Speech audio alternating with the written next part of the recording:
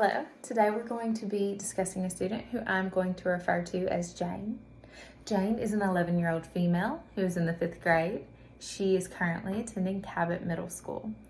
Jane is under the classification of other health impairment. Jane, who we have very little record of her birth, so we do not know if there were any complications. What we do know is that she was forcibly moved out of her mother's care by the state at a young age. She has done multiple stints in foster homes and even lived in a girls' home in Monticello. Within the past few years, Jane was legally adopted by her maternal grandparents. Her grandparents are much older and fall in the low socioeconomic status. Not only did they adopt Jane, they also adopted 3 of her half-sisters, none of which share the same father, and also none of which Jane had any kind of relationship before moving in with her grandparents. Jane will tell you that she does not like her sisters. Jane is currently serviced primarily in a resource setting. She is seen for 60 minutes, 5 times a day in the content areas of science, math, and English language arts.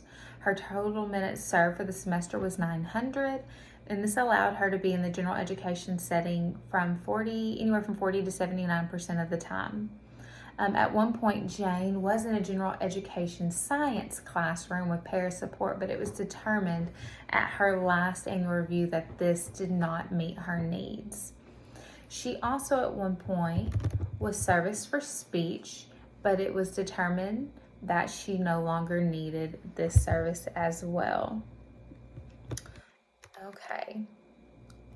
So during her initial evaluation, Jane went through several different types of testing.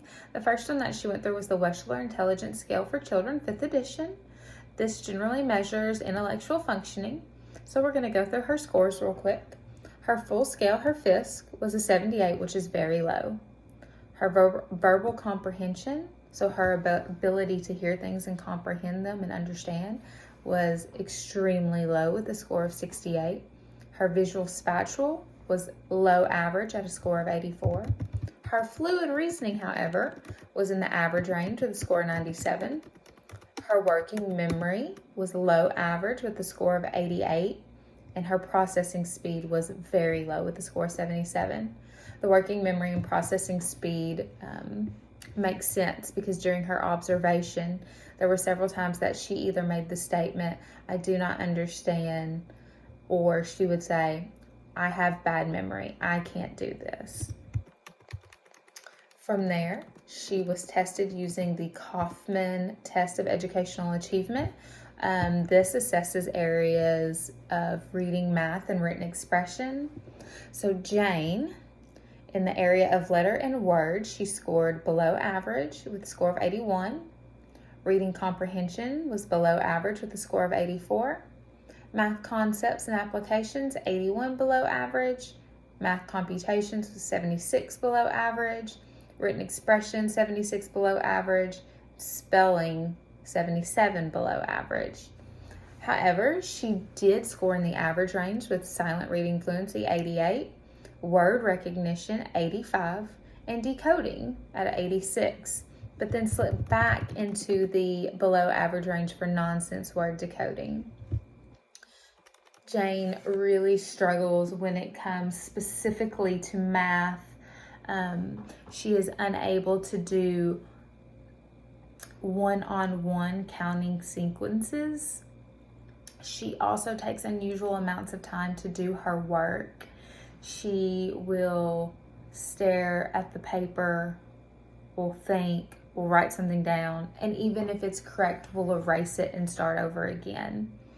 Her ability to write using correct grammar is extremely difficult for her. She struggles with capitalization, punctuation, things that most people would assume that someone at this age would have no problem with, but she really struggles. The next test given was the Behavior Evaluation Scale. This identifies students with behavior disorders and emotional disturbances.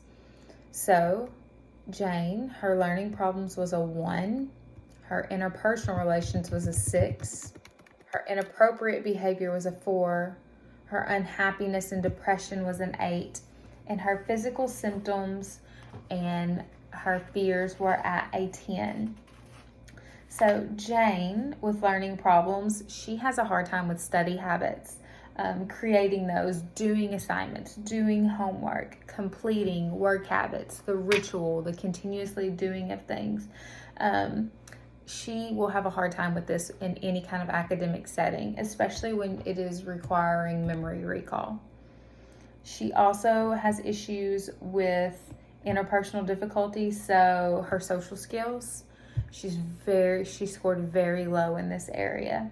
She also did not do well when it comes to inappropriate behaviors. This is actually in her file, it's highlighted and says this is of a major serious level of concern. Her unhappiness and depression, this actually, she scored an 8. This is average. This is the one area on this assessment that Jane scored average. Her physical symptoms and fear, however, also, well, I take that back. There was 2 areas. She also scored average there as well. Her next test given was the Behavior Assessment System for Children, 3rd edition. This one is a systematic way to monitor changes in students' behavior and their emotional state. So they first tested her in the area of externalizing problem, which she scored a 72, which was clinically significant. Another area, the other areas in the clinically significant range were school problems, behavioral symptoms, and as well as adaptive skills. The only area tested where she did not score clinically significant was internalizing problems. So, externalizing problems, as I said, this will be, for example, real restless, impulsive, will have a hard time getting things done. Her school problems, she'll have problems maintaining necessary levels of attention. This is where her ADHD will really affect her. Her behavioral systems, she seems disconnected from what's going on around her. She doesn't seem to understand the social context and clues of her surroundings. She can become very withdrawn at times. And her adaptive skills, clearly she struggles when it comes to a change in routine. Jane is very good at if you do the same thing every day, if there's an expectation, but once that routine is shifted and altered, she really struggles. Then we go to the last assessment, which was the Reynolds Intellectual Assessment Scale. This provides a measure of verbal and nonverbal intelligence, as well as memory measure. All 3 areas, which was total verbal, total nonverbal, and total test, were all in the below average range. I do agree with these tests based on teacher observations that are in her IEP currently, as well as the observations that I did myself. Jane really struggles in all areas. She struggles to focus. She distracts herself constantly. She zones in and out. You'll see her doing inappropriate behavior such as cheating and lying when confronted about the cheating. You see that she will take extreme amounts of time to do one thing. Then when the teacher goes and checks it, she'll erase it before the teacher can even get a word out. So therefore, I personally do agree with the testing based on my limited observations.